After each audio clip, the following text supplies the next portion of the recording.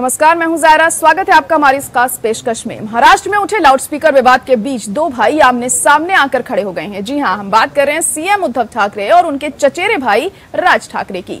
जानकारी दे दें कि पिछले दिनों राज ठाकरे ने मस्जिदों से लाउडस्पीकर हटाने को लेकर अल्टीमेटम दिया था। काफी दिनों तक चले विवाद में मनसे और शिवसेना कार्यकर्ता एक दूसरे पर विरोध में उतर आए हैं। उधर अब मामले में महाराष्ट्र नवनिर्माण सेना प्रमुख राज ठाकरे ने कार्यकर्ताओं पर कार्रवाई के मुद्दे पर उद्धव ठाकरे को पत्र लिखा है। इसमें राज ने लिखा है कि हमारे धैर्य की परीक्षा ना लें। राजनीति में कोई भी हमेशा के लिए सत्ता में नहीं रहता है। सत्ता आती है और जाती है। आपके साथ भी ये हमेशा के लिए नहीं रहेगा। मुख्यमंत्री को लिखे एक पत्र में राज ठाकरे, जिन्होंने शायद पहली बार अपने चचेरे भाई को उद्धव ठाकरे के रूप में संबोधित किया है, राज ने कहा कि 28,000 से ज्यादा मनसे कार्यकर्ताओं को नोटिस दिए गए हैं, जबकि हजारों को निर्वाचित किया गया है। ये कार्रवाई किस लिए है? ध्वनि प्रदूषण फैलाने वाली मस्जिदों से लाउडस्पीकर नहीं हटाने के लिए। उन्होंने कहा कि पुलिस महाराष्ट्र नवनिर्माण सेना के नेताओं की तलाश कर रही है, जैसे कि वे पाकिस्तानी आतंकवादी या पूर्ववर्ती निजाम शासन के रजाकार हों। पूरे मामले में सवाल यही उठ रहा है कि क्यों इस तरह से एक परिवार के नजरिए से फूट पड़ती दिख रही है। क्या ये इस मसले पर सियासत हो रही है या फिर ये महज शगुफा भर है? इसी पर करेंगे हम चर्चा। बने रहिए, खास मेहमान जुड़ेंगे हमारे साथ।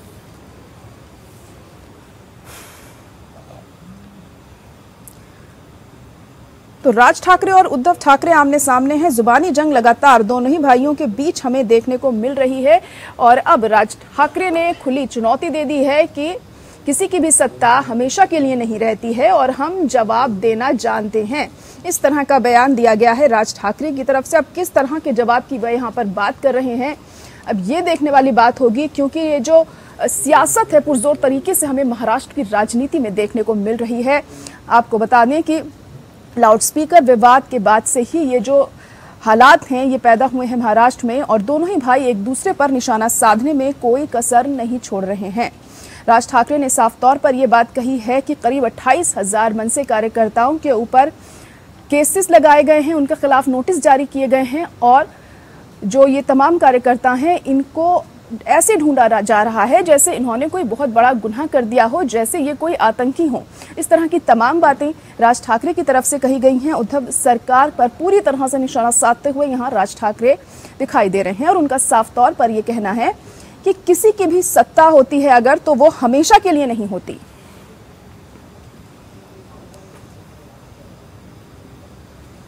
और खास मेहमान भी हमारे साथ जुड़ चुके हैं। इंट्रोडक्शन आपका करवा देते हैं। किशोर तिवारी जी हमारे साथ शिवसेना से जुड़ चुके हैं और अखिल चित्रे स्पोक्स पर्सन है MNS के, वो भी हमारे साथ इस वक्त जुड़ चुके हैं। आप दोनों का ही बहुत स्वागत है हमारे इस खास प्रोग्राम में। अखिल चित्रे जी, आप लोग जिस तरीके से आप कह रहे हैं, राज ठाकरे ने ये बयान दिया है सत्ता किसी भी हमेशा के लिए किसी की नहीं होती है और हमें जवाब देना आता है, ये बात उन्होंने कही है। किस तरह के जवाब देने की आप लोग यहाँ बात कर रहे हैं? देखिए, ये बात तो क्लियर है कि सत्ता का अमरपट्टा कोई लेके नहीं आता। सत्ता ये हर 5 साल बाद बदलती है।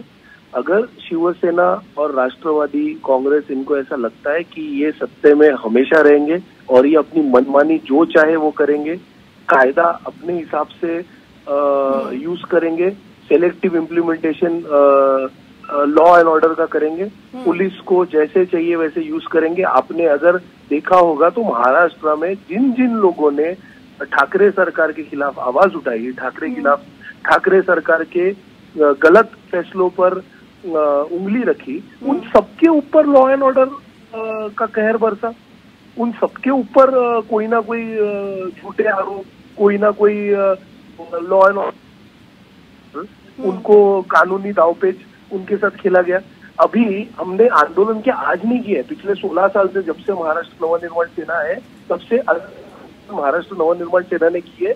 अलग अलग सरकारें बनी, अलग अलग मिनिस्टर्स आए, होम मिनिस्टर, चीफ मिनिस्टर गए, लेकिन कभी इस प्रकार की कार्रवाई नहीं हुई। कार्रवाई का मतलब मैं ये कह रहा हूँ कि हम कोई टेररिस्ट नहीं है।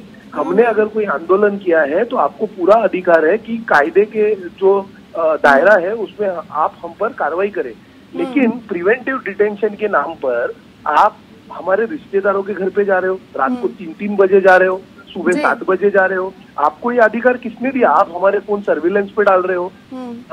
हाँ, एक आईपीएस अधिकारी रश्मि शुक्ला, मैं उनका कोई समर्थन नहीं कर रहा हूँ, उन्होंने जब बीजेपी के कहने पे शिवसेना और महाविकास आघाड़ी के लोगों का कुछ फोन टैपिंग किया तो उनके मानव अधिकार का उल्लंघन हुआ, ऐसा उनका कहना है। तो प्रिवेंटिव डिटेंशन के लिए कॉल सर्वेलेंस पे रखना, कॉल ट्रेस करना, ये किस कायदे मतलब ये पूरी तरीके से कहा जाए कि ये मनमानी सरकार की तरफ से की जा रही है आप लोगों के खिलाफ, जबकि ऐसा कुछ आप लोगों ने नहीं करा है। किशोर तिवारी जी, आप क्या कहेंगे? इस तरह के जो आरोप आप पर लग रहे हैं, करीब 28,000 कार्यकर्ताओं को आप इस तरीके से ट्रीट कर रहे हैं जैसे कि वो कोई आतंकी हो, इस तरीके से उन्हें ढूंढा जा रहा है, तमाम तरह की बातें आप लोगों के खिलाफ देखने को मिल रही हैं और आरोप ये सब लगाए जा रहे हैं आप पर।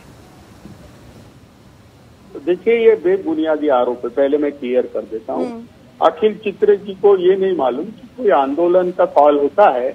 तो देखिए, आंदोलन क्या था कि मंदिरों के सामने हनुमान चालीसा बोलना नहीं था, मंदिरों में बोलना नहीं था। अगर आप अजान सुबह की करेंगे तो हम 10 लाउडस्पीकर लगा के मस्जिद के सामने लाउडस्पीकर बजाएंगे, तो इससे कानून का प्रश्न निर्माण हो सकता था। इसलिए आप ऐसा न करो, आप करेंगे तो आप कानून हाथ में ले रहे हैं। ऐसी नोटिसेज दी गई, जनरली ऐसी नोटिसेज दिए जाती है। उसके बाद कुछ लोगों ने उसके बावजूद भी ये बोला था कि हम ये करेंगे, तो उनका प्रिवेंटिव डिटेंशन हुआ था 4 मई को और शाम को छोड़ दिया गया। अब 4 मई के बाद ऐसा लगा 5 मई को और रिस्पांस आएगा, पब्लिक से रिस्पांस आएगा। देखिए, महाराष्ट्र की जो जनता है वो सौदार्य से रहती है, यहाँ पर संप्रदाय के बीच तनाव नहीं है। अब इन्होंने तो मस्जिदों की अजान बंद करने गई, लेकिन सुबह महाराष्ट्र के अंदर सुबह एक आरती होती है और 4 लाख मंदिरों की आरती इनके वजह से बंद हो गई। तो ये तो हिंदू विरोधी काम हो गया ना। दूसरा, मैं एक बोल रहा हूँ कि राज ठाकरे की ये बात चुस्त दुरुस्त है कि सत्ता कभी हरदम नहीं रहती, सत्ता आती जाती रहती है। तो हमारे मुख्यमंत्री बहुत विनम्र है, उनको इस बात की बहुत ज्यादा जानियो है। और पुलिस वालों ने जो प्रिवेंटिव डिटेंशन किया था, उसके बावजूद जिससे जांच हो रही होगी तो उसकी भी इंक्वायरी की जाएगी। पर मुझे आप बताइए जायरा जी कि आंदोलन होता है तो पुलिस अपनी जवाबदारी पूरी करती है, इसमें कहाँ से जांच हो गई, क्या हो गया मुझे नहीं मालूम कि प्रिवेंटिव डिटेंशन के अलावा कुछ किया गया है। लेकिन महाराष्ट्र में उस दिन दंगा नहीं हुआ, महाराष्ट्र में उस दिन कहीं पे भी मस्जिदों के सामने ये हुदंग इन्होंने मचा नहीं पाए। इसका ये लोग ये कह रहे हैं ना, देखिए किशोर जी, हमारे आप धैर्य की परीक्षा ना लें और जो ये सब कुछ हो रहा है इसका जवाब हम देंगे। तो ये जो जिस तरीके से अब ये लोग जवाब देने वाले हैं, क्या उसके लिए आप लोग तैयार हैं? अब ये भी देखना होगा क्या कुछ इनकी तरफ से किया जाता है ऐसे में आगे। नहीं, महाराष्ट्र में कानून किसी को भी हाथ में लेने दिया नहीं जाए। आपने देखा नवनीत राणा जी को हमने उनकी जगह बता दी थी। तो अखिल जी को मैं यही बोलूंगा कि आपके नेता के बहकावे में नहीं आना, क्योंकि कानून तो अपना काम करता ही है और सरकार का ये उत्तरदायित्व है कि किसी को भी कानून हाथ में लेने दिया नहीं जाएगा। तो मैं आज आपको स्पष्ट कर रहा हूं कि राज ठाकरे के इस पत्र के बाद अगर कोई हिंसा फैलती है तो राज ठाकरे पर जरूर कार्रवाई होगी। अब तो राजद्रोह का तो कानून अभी तय कर दिया है। तो मतलब आप साफ तौर पर ये कह रहे हैं कि राज ठाकरे पर आप लोग कार्रवाई करेंगे अगर कोई हिंसा होती है। तो ये तो आप साफ तौर पर यहाँ कह ही रहे हैं और इस तरह के आरोप भी लगाए जा रहे हैं आप लोग के ऊपर कि आप इस तरह कि आप लोग कार्रवाई कर रहे हैं। चलिए इनसे पूछ लेते हैं, अखिल जी आपको क्या लगता है कि आप लोग जवाब देने की भी यहाँ पर बात कर रहे हैं, क्या आक्रामक अंदाज में ये जवाब दिया जाएगा? क्या हिंसक तौर पर आप इस तरीके की काम को अंजाम देंगे? तब आगे स्थिति और भी खराब हो सकती है अगर ऐसा किया जाएगा तो। सबसे पहले तो मैं आपको एक बात बता दूं, ये जो जनरल बातें कर रहे थे नोटिस के बारे में, कायदे के बारे में, मैं पहले उस पर एक स्पष्टीकरण देना चाहता हूं। मैं खुद लॉ स्टूडेंट हूं, मैं सब कायदे ठीक से समझता हूं। प्रिवेंटिव डिटेंशन का मतलब ये नहीं है कि लोगों को घर पे जाके पकड़ के लेके आओ। अगर इनका कहना था कि कोई जाकर किसी जगह पर किसी जगह पर आंदोलन करने वाला है तो अगर वो आंदोलन करने बाहर जाए तब उसे पकड़ा जाए। दूसरी बात, मैं मेरा ही उदाहरण देता हूँ, मुझे किसी प्रकार की महाराष्ट्र सरकार से नोटिस प्राप्त नहीं हुई। 149 की हुई ना 151 की हुई, कोई नोटिस प्राप्त नहीं हुई। फिर भी रात को 3 बजे मेरे घर पर मुंबई पुलिस किस बुनियाद पे आई, किस सर्च वारंट लेके आई, ना उनके पास वारंट था, और उस चीज का मैंने ऑलरेडी मुंबई पुलिस को लीगल नोटिस मेरे एडवोकेट्स के थ्रू भेज दिया है, जिसका जवाब मुंबई पुलिस अभी तक दे नहीं पाई। जरा मैं जवाब कैसे रहेंगे बेचारे, क्योंकि महाराष्ट्र सरकार के दबाव में ये जो चाहिए वो, अभी आपने देखा होगा नवनीत राणा के, मैं कोई समर्थन बात करने तो यहाँ नहीं हूँ, मैं उनका स्पोक्स पर्सन नहीं हूँ, लेकिन इन्होंने अभी नवनीत राणा का उदाहरण दिया। क्या कहा कोर्ट ने ये कहा कि राजद्रोह उन पे लगता ही नहीं है। ये क्या है कि ऊपर से ये प्रेशर करेंगे। आपने नारायण राणे के इशू में भी अगर देखा होगा तो वीडियो सब न्यूज चैनल के सब स्पीकर, मतलब न्यूज चैनल जी पता नहीं था, अनिल परब जी जो मंत्री है, परिवहन मंत्री है शिवसेना के, वो फोन पे डीजी को ऑर्डर दे रहे। आप लोग क्या कर रहे हो? आपका साफ तौर पर ये कहना है कि महाराष्ट्र सरकार के दबाव में ये जो पूरी कार्रवाई है ये यहाँ पर की जा रही है और ऐसा नहीं होना चाहिए। नहीं, अखिल चित्रे जी, आप लॉ की स्टूडेंट है, लेकिन मैं कानून मैंने पढ़ा है और मैं 437, 438 का ही आदमी हूँ। तो मैं आपको बता रहा हूँ कि मैंने जिंदगी में 30 साल तक आदिवासी और किसानों के आंदोलन किए, और पुलिस प्रिवेंटिव डिटेंशन ऐसे ही करती है, और पुलिस कानून व्यवस्था के लिए जितना भी वो कर सकती है। अगर आप पे अन्याय हुआ ऐसा लगता है तो आप पुलिस को नोटिस दे रहे हैं, लेकिन आप MHRC, NHRC, UNHRC में भी जा सकते हैं। तो मैं अभी भी बताना चाहता हूँ कि नोटिस देना ये तो पुलिस का उत्तरदायित्व है।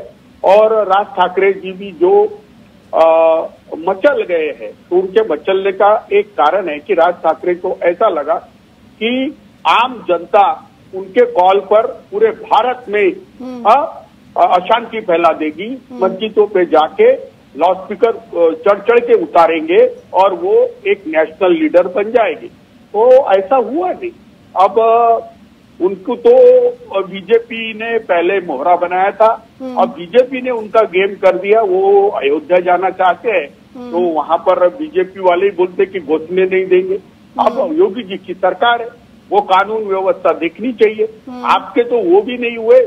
तो मुझे ऐसा लगता है अखिल चित्रे जी को, मैं बहुत सारी डिबेट में भी ये आते हैं मेरे, बहुत होनहार और एकदम प्रतिभा संपन्न और सुंदर व्यक्तित्व है। इन्होंने तो राज ठाकरे का साथ छोड़ के हमारे साथ आ जाना चाहिए। ये प्रतिभावान आदमी है, इनको गुमराह कर रहे हैं। मैं अभी भी बोल रहा हूँ। तो मैं अखिल चित्रे जी, आपके तरीके नौजवान लोग जो ऐसे नेताओं के बहकाव में आ जाते हैं, ये इनको दर्शन समझता नहीं। मुझे एक बताइए कि अखिल जी से पूछ लेते हैं। अखिल जी, ये कह रहे हैं कि आप लोग बहकावे में आ जाते हैं, लेकिन साथ ही साथ सवाल ये भी है कि आप लोगों के ऊपर ये भी आरोप लगते हैं कि हिंदुत्व को लेकर आप राजनीति करते हैं। अयोध्या जाने की बात अभी किशोर जी ने भी कही है और 5 जून को कहा है राज ठाकरे ने कि वो भी अयोध्या जाएंगे। तो क्या वाकई में क्या हिंदुत्व की राजनीति करने की ये तमाम कोशिश यहाँ पर हो रही है? क्योंकि खासतौर से लाउड स्पीकर विवाद को लेकर भी आप लोग लगातार यही कह रहे थे, और खासतौर से कहा गया है ये कि हिंदुओं के साथ ये सब कुछ अन्याय हो रहा है। महाराष्ट्र में ये सब कुछ जो किया जा रहा है ये हिंदुओं के साथ अन्याय है। साफ तौर पर ये बात राज ठाकरे ने कही है। तो क्या हिंदुत्ववादी राजनीति यहाँ पर की जा रही है आपकी तरफ से? हिंदुत्ववादी राजनीति का कोई सवाल यहाँ नहीं आता।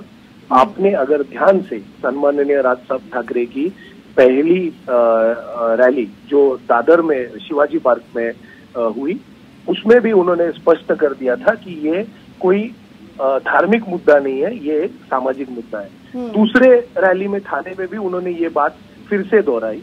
तीसरे ये कहा कि मस्जिदों के अगर लाउड स्पीकर उतरेंगे तो मंदिरों के भी उतर, हर धार्मिक स्थल के स्पीकर ये उतरने चाहिए। और जो पहले ब्रेक के पहले किशोर जी ने ये कहा कि हमारे वजह से हिंदुओं का नुकसान हुआ, सवाल हमारे वजह से या आपके वजह से का नहीं है। इस देश में ये मानते हैं कि नहीं शिवसेना के प्रवक्ता कि देश कॉन्स्टिट्यूशन से चलता है, देश सुप्रीम कोर्ट जो निर्देश देता है उसके इम्प्लीमेंटेशन पे चलता है। सुप्रीम कोर्ट ने गाइडलाइंस दिए हैं, सुप्रीम कोर्ट का ऑर्डर है कि लाउड स्पीकर 10 बजे के बाद नहीं बजेंगे। लाउड स्पीकर्स पे डेसिबल की मर्यादा होगी, फिर चाहे वो किसी भी धर्म का हो स्पीकर हो।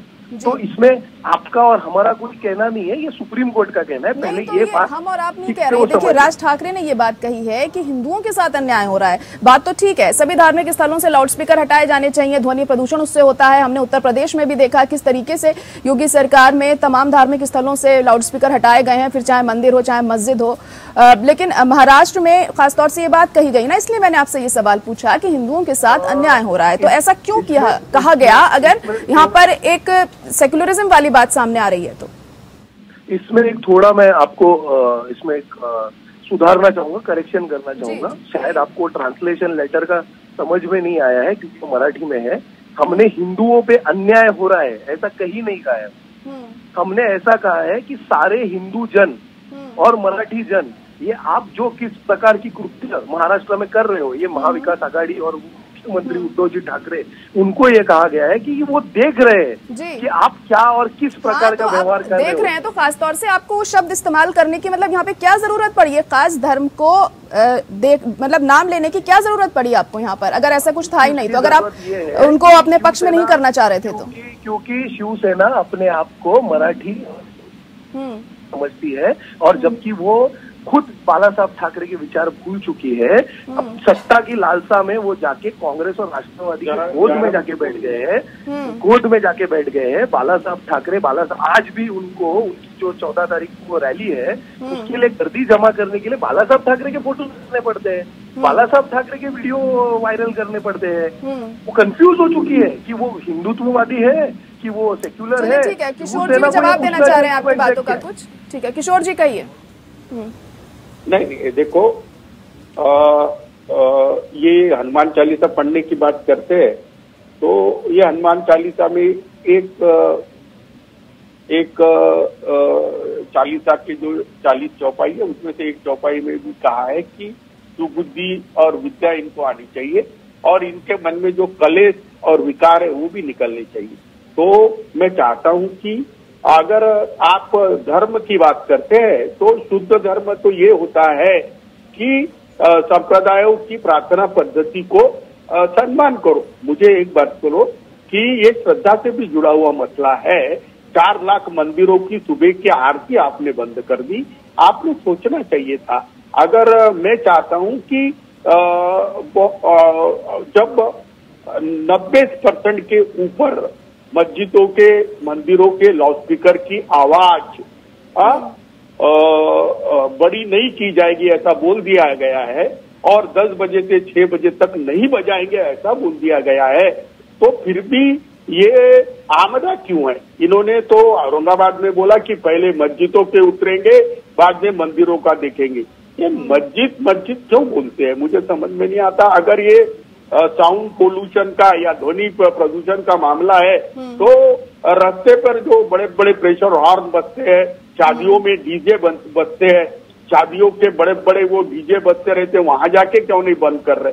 मुझे बताइए, ये लोग है ना अपनी पिटवाई करने पे आमदा हो गए हैं। इनके पास कोई जनाधार नहीं है। देखिए, भारत में अभी बेरोजगारी, महंगाई और आर्थिक विपन्नता के महाराष्ट्र में बहुत ही संगीन विषय है जिस पर ये कुछ नहीं कर रहे। मुझे लगता है कि राज ठाकरे जी अपने बड़े भाई के साथ आके उन्होंने महाराष्ट्र के आर्थिक प्रश्न, सामाजिक न्याय, वंचितों को, ओबीसी पे जो अन्याय कर रही है वो केंद्र सरकार अपने रिलीफ सेंटर सुप्रीम कोर्ट से वो रोकना चाहिए। उन्होंने मुद्दों की राजनीति करेंगे तो लंबी राजनीति में चलेंगे, नहीं तो 16 साल में कहाँ गए वो? 16 साल में एक पार्षद, एक आमदार पे रह गए वो, एक विधायक पे रह गए। कमी है मेरे पास। अखिल चित्री जी, आप क्या जवाब देना चाहेंगे? तमाम तरह के आरोप आप पर लगाए किशोर जी ने, अभी क्या करेंगे? मैडम, इनके बोलने पे मुझे बहुत हंसी आ रही है। मैं उनको इंटरव्यू नहीं करना चाह रहा था। क्या है ना, वो खुद कंफ्यूज हो गए। मैंने आपको इससे पहले जब मुझे आपने मौका दिया था बोलने, तब मैंने ये बताया था कि शिवसेना कंफ्यूज हो चुकी है। मुझे पता नहीं किशोर तिवारी जी कब शिवसेना में आए, लेकिन मुझे लगता है उन्हें शिवसेना का इतिहास शायद पता नहीं है। बाला साहब ठाकरे ने मस्जिद, मुसलमान, नमाज, लाउड स्पीकर, इसके बारे में क्या क्या कहा है ना, वो सब यूट्यूब पे अवेलेबल है। वो चाहे तो देख ले, ठीक है। और उन्होंने तो ये सामाजिक मुद्दा है, ऐसा सन्माननीय राजसाहेब ठाकरे ने कहा है। शिवसेना ने इससे पहले क्या क्या कहा है। शिवसेना का जो सामना नाम का मुखपत्र है, उनके जो लाउड स्पीकर है शिवसेना के, जो रोज सुबह उठ के 9 बजे बांग देने लग जाते हैं संजय राउत, वो सामना में उन्होंने क्या क्या लिखा है लाउड स्पीकर के बारे में, ज्यादा दूर नहीं, 2018 में, ठीक है, वो जरा एक बार पढ़ ले और उसके बाद में हमें ये सब जो वो प्रवचन कर रहे हैं ना वो ये करेंगे, ठीक है। और जहां तक रहा सवाल कि हम कितनी दूर तक की राजनीति करेंगे, हम हमारे विचारों पे कायम रह के राजनीति करेंगे। सन्माननीय बाला साहब ठाकरे ने ये कहा था कि जिस दिन मेरी शिवसेना कांग्रेस से हाथ मिलाएगी उस दिन मैं मेरे शिवसेना को ताला लगा दूंगा। बाला साहब ठाकरे का सपना पूरा करना है, शिवसेना का मुख्यमंत्री बिठाना है, ये उद्धव ठाकरे को याद रहा। चलिए ठीक है, कुछ कहना चाह रहे हैं किशोर जी, जल्दी से अपनी बात रखिए, जल्दी से, ठीक है किशोर जी कहिए। देखिए, हमने साझा सरकार बनाई है, जनता तय करेगी कि हमने गलत किया या सही किया, लेकिन अखिल चित्रे जी, राज ठाकरे को लोग वोट नहीं देते, उसके लिए उद्धव ठाकरे को गाली क्यों देना, अच्छा नहीं है। बड़ा भाई जब सरकार चला रहा है, चलिए छोटे भाई ने ठीक है, चलिए जनता तय करेगी आगे क्या करना है। वाकई सही बात है, बिल्कुल। बहुत शुक्रिया आप दोनों का हमारे साथ जुड़ने के लिए। जो सियासत है महाराष्ट्र की वो चरम पर इन दिनों हमें देखने को मिल रही है। राज ठाकरे, उद्धव ठाकरे दोनों भाई आमने सामने हैं। लाउड स्पीकर को लेकर जो सियासत है वो थमने का नाम नहीं ले रही। इसी के साथ हमारी इस खास पेशकश में इतना ही। मुझे दीजिए इजाजत, नमस्कार।